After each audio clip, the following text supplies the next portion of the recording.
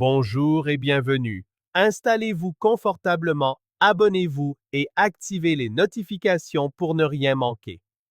Jamais Tyler Morrison n'aurait pensé que sa vie basculerait un jeudi ordinaire d'octobre. À 38 ans, il suivait sa routine habituelle. Réveil à 6 heures, café, douche, puis direction la grande surface où il travaillait comme vendeur depuis 12 ans. C'était un homme simple, aux habitudes prévisibles, qui trouvait son réconfort dans les petits riens du quotidien. La maison de 2 étages, avec son jardin bien entretenu, était son héritage le plus précieux. Ses parents étaient décédés 3 ans plus tôt dans un accident de voiture, et ce lieu abritait tous les souvenirs heureux de son enfance et de sa jeunesse. Jennifer, sa femme de 34 ans, travaillait comme directrice marketing pour une entreprise technologique à l'autre bout de la ville. Ils s'étaient rencontrés 8 ans auparavant lors d'un événement d'entreprise alors que Tyler livrait du matériel au service où elle travaillait. Leur cours fut rapide et intense, et en moins d'1 an, ils étaient mariés. Jennifer avait toujours été concentrée sur sa carrière, ambitieuse, déterminée. Tyler admirait cela chez elle. Lorsqu'ils avaient parlé d'enfants, elle avait été claire. Elle voulait d'abord investir dans son parcours professionnel. Tyler l'avait accepté sans ressentiment.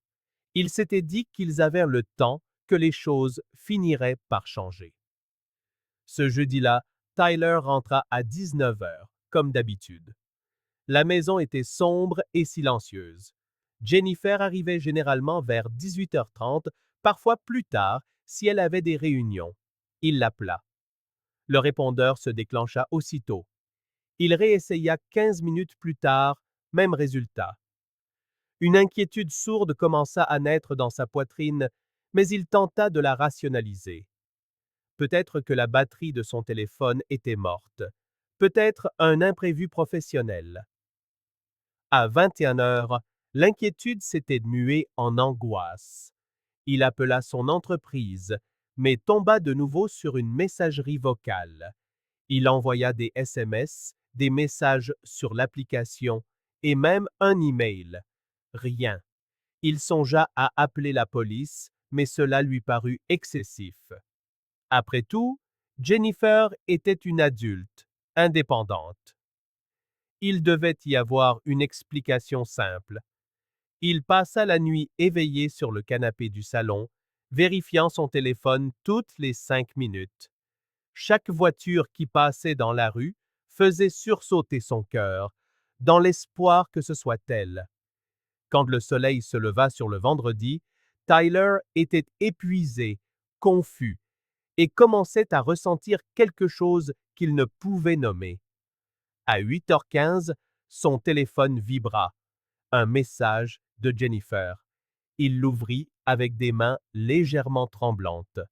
Les mots étaient courts, directs et dévastateurs. Je ne reviens pas. Je veux le divorce. Je ne suis pas heureuse depuis longtemps.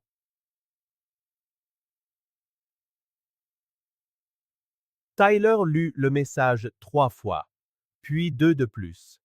Chaque mot semblait lointain, comme s'il lisait l'histoire de quelqu'un d'autre. Je ne suis pas heureuse depuis longtemps. Qu'est-ce que cela pouvait bien vouloir dire? Ils ne se disputaient pas. Pas de dispute sérieuse, pas de long silence, aucun ressentiment visible. Bien sûr, leur routine était prévisible, mais Tyler avait toujours pensé que c'était réconfortant, pas un problème. Il tenta de l'appeler immédiatement. Numéro bloqué. Il envoya un SMS. Non distribué. Jennifer avait coupé tout contact. Durant le week-end, Tyler sortit à peine du lit. Il se fit porter malade. La maison, qui avait toujours été son sanctuaire, semblait maintenant étouffante et vide. Chaque pièce ravivait des souvenirs. La cuisine où Jennifer préparait le café le dimanche, le salon où ils regardaient des films, la chambre où ils se réveillaient ensemble. Il essaya de rejouer leur conversation récente, cherchant des signes qu'il aurait pu manquer. Mais il n'y avait rien, absolument rien qui suggérait qu'elle était si malheureuse, si prête à partir, sans le moindre avertissement. Le lundi, Tyler retourna au travail, car rester à la maison ne faisait qu'empirer les choses. Pendant le déjeuner, il se confia à Marcus, un collègue plus âgé qui avait traversé un divorce difficile des années auparavant. Marcus l'écouta attentivement, puis dit quelque chose qui marqua Tyler. Quand quelqu'un part comme ça, sans crier gare, sans explication, c'est qu'il y a généralement quelqu'un qui attend de l'autre côté. Tyler tenta d'ignorer l'idée, mais elle s'accrocha à lui comme une graine tenace. Le même après-midi, Marcus donna à Tyler les coordonnées d'un détective privé qui l'avait aidé dans sa propre affaire. Tyler hésita. Engager un détective lui semblait théâtral, excessif, digne d'un film. Mais l'absence totale d'explication rongeait sa santé mentale. Il avait besoin de savoir.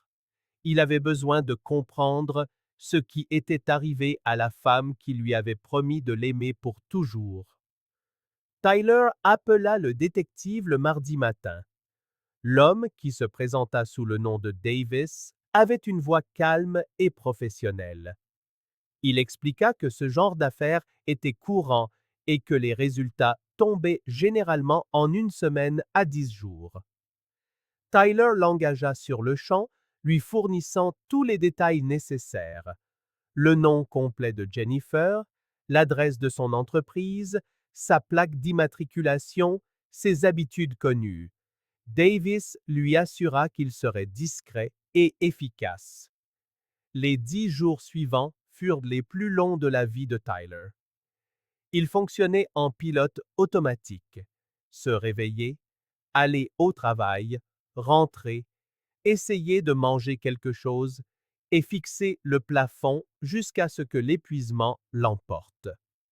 La maison héritée de ses parents, autrefois un symbole de sécurité, ressemblait maintenant à un mausolée pour un mariage défunt. Il évitait la chambre principale, dormant sur le canapé ou dans l'ancienne chambre d'amis. Le jeudi de cette semaine-là, exactement 10 jours après avoir engagé Davis, Tyler reçut un appel. Le détective avait le rapport et souhaitait le rencontrer en personne. Ils convinrent de se retrouver dans un café tranquille près du magasin. Quand Tyler arriva, Davis était déjà assis à une table dans un coin, une enveloppe brune posée devant lui. Davis n'y alla pas par 4 chemins. Il fit glisser l'enveloppe sur la table. « Vous feriez mieux de vous asseoir avant d'ouvrir ça, » dit-il, avec une voix empreinte de ce qui ressemblait à de la compassion professionnelle. Tyler ouvrit l'enveloppe avec des doigts qui ne semblaient pas lui appartenir. À l'intérieur se trouvait un rapport détaillé, des photos imprimées et une liste de dates et d'heures. La première photo montrait Jennifer entrant dans un restaurant chic du centre-ville. Elle n'était pas seule. Un homme d'âge mûr aux cheveux grisonnants et au costume parfaitement taillé marchait à ses côtés. Leur langage corporel était sans équivoque. Sa main posée au creux de son dos, le sourire intime, la façon dont elle se penchait vers lui. Tyler passa à la photo suivante. Jennifer et le même homme sortant d'un hôtel, puis une autre, dans une voiture, leurs visages trop proches pour que ce soit professionnel. Le rapport identifiait l'homme. Richard Castellano, 45 ans, le supérieur direct de Jennifer au travail. Marié depuis 15 ans, père de 2 enfants. Le rapport listait 8 rencontres distinctes au cours des 3 dernières semaines, incluant de longs déjeuners, des dîners tardifs et 3 entrées documentées dans des hôtels du quartier financier. Tyler eut l'impression que l'air avait été aspiré hors du café. Ce n'était pas un choc, pas exactement, C'était plus profond, plus destructeur. C'était le sentiment que tout ce en quoi il avait cru au cours des 8 dernières années n'était qu'un mensonge soigneusement construit. Davis laissa Tyler silencieux pendant quelques minutes avant de parler. Il y a plus, dit-il en faisant glisser un autre jeu de documents. Des messages récupérés de la sauvegarde du téléphone professionnel de Jennifer. L'entreprise utilise des serveurs qui conservent des archives. Davis avait un contact dans le service informatique. Les messages étaient explicites. Projet d'avenir, déclaration d'amour, discussion sur comment et quand ils quitteraient leurs conjoints respectifs.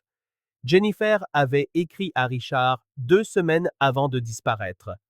Je ne peux plus continuer à faire semblant. Je dois être avec toi. Je demande le divorce la semaine prochaine. La réponse de Richard. Moi aussi, mon amour. Bâtissons la vie que nous méritons. Tyler referma l'enveloppe. Sa main était étrangement stable maintenant. La douleur initiale était remplacée par quelque chose de plus froid, de plus tranchant. La lucidité. Il regarda Davis et posa une simple question. Pouvez-vous faire des copies supplémentaires de ce rapport? Davis hocha la tête. Combien vous en faut-il? Tyler réfléchit un instant. 3. Une pour le service des ressources humaines de son entreprise, une pour la femme de cet homme et une pour mon avocat. Davis esquissa un léger sourire, un de ceux qui suggéraient qu'il avait déjà vu ce genre de détermination. Tout sera prêt pour demain matin. Tyler le remercia, paya le solde de ses honoraires et quitta le café. Pour la première fois depuis près de 2 semaines, il avait un but. Ce ne serait pas une vengeance pour le plaisir. Ce serait la justice. Si Jennifer et Richard pensaient pouvoir détruire des familles et s'en tirer indemnes, ils se trompaient lourdement. Le vendredi matin, Tyler reçut 3 enveloppes scellées de la part de Davis. Il passa la journée à rechercher les procédures appropriées.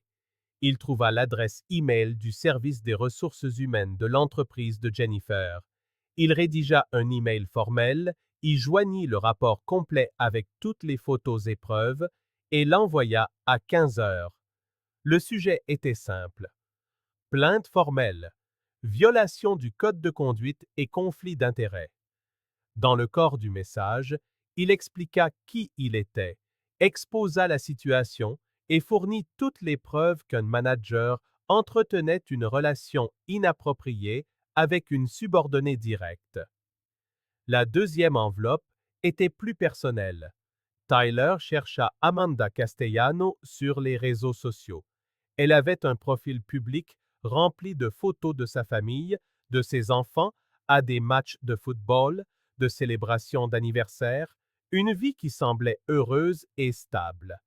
Tyler ressentit une pointe de culpabilité, mais la repoussa. Amanda méritait de connaître la vérité, tout comme lui. Il envoya le rapport complet à l'adresse des Castellano par courrier express, s'assurant qu'il arriverait le samedi matin, quand Richard serait probablement à la maison. La troisième enveloppe fut destinée à un avocat spécialisé en divorce, recommandé par Marcus. Tyler prit rendez-vous pour le lundi matin. Il s'assurerait que la procédure de séparation soit nette, rapide et entièrement en sa faveur. La maison était un héritage de ses parents à son nom avant le mariage. Selon l'avocat qu'il avait consulté par téléphone, Jennifer n'avait aucun droit légal sur la propriété. Le dimanche, Tyler nettoya la maison de fond en comble. Il décrocha chaque photo de Jennifer des murs, emballa ses vêtements et ses affaires dans des cartons qu'il laissa dans le garage. Ce n'était pas de la colère. C'était une nécessité pour avancer. Chaque objet retiré était comme un poids en moins sur ses épaules. Pour la première fois depuis ce jeudi fatidique, il dormit dans la chambre principale. Le lit semblait plus grand, mais pas forcément plus mal. Le lundi, le monde de Jennifer et Richard commença à s'effondrer. le service des ressources humaines de l'entreprise lança immédiatement une enquête formelle. Les relations entre supérieurs et subordonnés étaient prises très au sérieux en raison des risques de poursuite pour harcèlement au travail et favoritisme. Jennifer fut convoquée à une réunion avec les RH à 9 heures. Richard fut convoqué séparément à 10 heures. Tous deux furent suspendus dans l'attente d'un audit interne. Pendant ce temps, Amanda Castellano avait reçu l'enveloppe le samedi. D'après ce que Tyler apprit plus tard par des connaissances communes, elle confronta Richard immédiatement. La dispute fut explosive. Les enfants entendirent tout. Pour Amanda, Richard n'était pas seulement un mari infidèle. C'était un homme qui mettait en péril la stabilité financière et émotionnelle de toute sa famille pour une liaison avec une employée. Elle le mit à la porte le jour même et dès le lundi matin, elle avait déjà contacté un avocat. L'enquête de l'entreprise dura 4 jours. Le vendredi de cette semaine-là, Jennifer et Richard furent licenciés pour faute grave. La raison officielle citait la violation de l'éthique de l'entreprise, le conflit d'intérêts et une conduite incompatible avec les valeurs de la société. Ils perdirent non seulement leur emploi, mais aussi toute chance d'indemnité ou de référence professionnelle. Jennifer tenta d'appeler Tyler ce vendredi soir. Il ne répondit pas. Elle envoya de longs messages en larmes, le suppliant de parler. Tyler bloqua le numéro. Toute communication passerait désormais par les avocats. Le samedi matin, Jennifer se présenta à la maison. Tyler n'ouvrit pas la porte. Il se contenta de pointer du doigt les cartons visibles par la fenêtre du garage et retourna à l'intérieur. Mais la chute de Jennifer ne faisait que commencer. Le lundi suivant, elle alla voir Richard. Ils se retrouvèrent dans un café discret, loin de tout endroit où ils pourraient être reconnus. Jennifer avait l'air anéantie, cernes sous les yeux, vêtements froissés. Elle s'attendait à du réconfort, à des plans pour l'avenir dont ils avaient parlé, la vie qu'ils méritaient ensemble. Ce qu'elle reçut fut tout autre. Richard était furieux. Il avait perdu une carrière de 20 ans, un salaire à 6 chiffres, le respect de ses enfants et son mariage. Amanda exigeait de la maison, une pension alimentaire conséquente et la garde exclusive des enfants. Ses avocats lui avaient clairement fait comprendre qu'il serait ruiné financièrement par le divorce, et Richard en tenait Jennifer pour seule responsable. « Tu as détruit ma vie, » dit Richard, la voix glaciale. « J'avais tout, une carrière, une famille, la stabilité. Et maintenant, je n'ai rien à cause de toi. » Jennifer tenta d'argumenter, lui rappela leurs promesses, leurs plans. Richard la coupa à chaque fois. Des promesses? C'étaient des fantasmes, Jennifer. Tu ne comprends pas? Je n'ai jamais eu l'intention de quitter ma vraie famille. C'était juste pour s'amuser, une distraction. Et tu es allé trop loin. Les mots frappèrent Jennifer comme des coups physiques. Elle avait sacrifié son mariage, son travail, sa réputation pour un homme qui disait maintenant qu'elle n'avait été qu'une distraction. Richard se leva de table. « Ne me contacte plus jamais. Je ne veux plus jamais te voir. Tu as été la plus grande erreur de ma vie. » Il sortit sans un regard en arrière. Jennifer resta assise seule dans ce café pendant plus d'une heure, le regard dans le vide. Quand elle se leva enfin, elle n'avait nulle part où aller. Elle logeait temporairement chez une amie, sans emploi, sans véritables économies, car elle avait toujours dépensé tout son salaire en vêtements et en expériences de luxe. Et maintenant, sans Richard, la réalité de ses choix la frappa de plein fouet. En désespoir de cause, Jennifer tenta une dernière manœuvre. Elle se présenta de nouveau à la maison, criant depuis l'extérieur, suppliant Tyler de la laisser entrer, de parler, d'arranger les choses. Tyler appela la police. Ils arrivèrent en 10 minutes et escortèrent poliment Jennifer hors de la propriété, l'avertissant qu'y revenir constituerait une violation de propriété privée. Le lendemain, Jennifer envoya un long email à Tyler par l'intermédiaire de son avocat. Elle admettait son erreur, disait qu'elle était perdue, qu'elle avait commis une terrible faute, qu'elle l'aimait encore et qu'il méritait une seconde chance. Tyler lut l'email une seule fois et chargea son avocat de répondre par 3 mots. Offre rejetée. Poursuivez. La procédure de divorce avança étonnamment vite. Avec toutes les preuves d'adultère et le fait que la maison était un héritage prénuptial de Tyler, il n'y avait pas grand-chose à débattre. Jennifer tenta de réclamer une compensation financière, arguant qu'elle avait contribué à l'entretien de la maison pendant le mariage. Le juge rejeta sa demande. Ces contributions étaient négligeables par rapport à la valeur de la propriété héritée, et l'adultère prouvé pesait lourdement contre toute prétention au partage des biens. En 3 mois, le divorce fut prononcé. Jennifer ne reçut que ses effets personnels et une petite somme correspondant à la moitié d'un compte joint qu'ils avaient partagé. Aucune pension alimentaire, aucun partage des biens.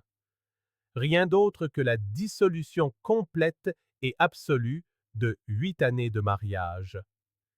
6 mois après ce jeudi fatidique, Tyler était dans son jardin en train de planter de nouvelles fleurs dans le parterre que sa mère avait autrefois entretenu. C'était un samedi de printemps ensoleillé. Son téléphone vibra. C'était un message d'Amanda Castellano. Ils avaient échangé quelques messages au cours des derniers mois, naviguant tous deux dans des divorces simultanés. Le message disait: Mon divorce a été finalisé hier. J'ai pensé que tu aimerais le savoir. Merci de m'avoir offert la vérité quand j'en avais besoin. Ça a tout changé. J'espère que tu vas bien. Tyler sourit légèrement et répondit: Je suis content de l'apprendre. Vous et vos enfants méritez mieux. Je vous souhaite le meilleur. Il remit son téléphone dans sa poche et retourna à ses plantations. La maison, celle que ses parents avaient bâtie avec tant d'amour, lui appartenait enfin à nouveau. Il n'y avait plus d'ombre de trahison dans les couloirs, plus de mensonges dans les murs.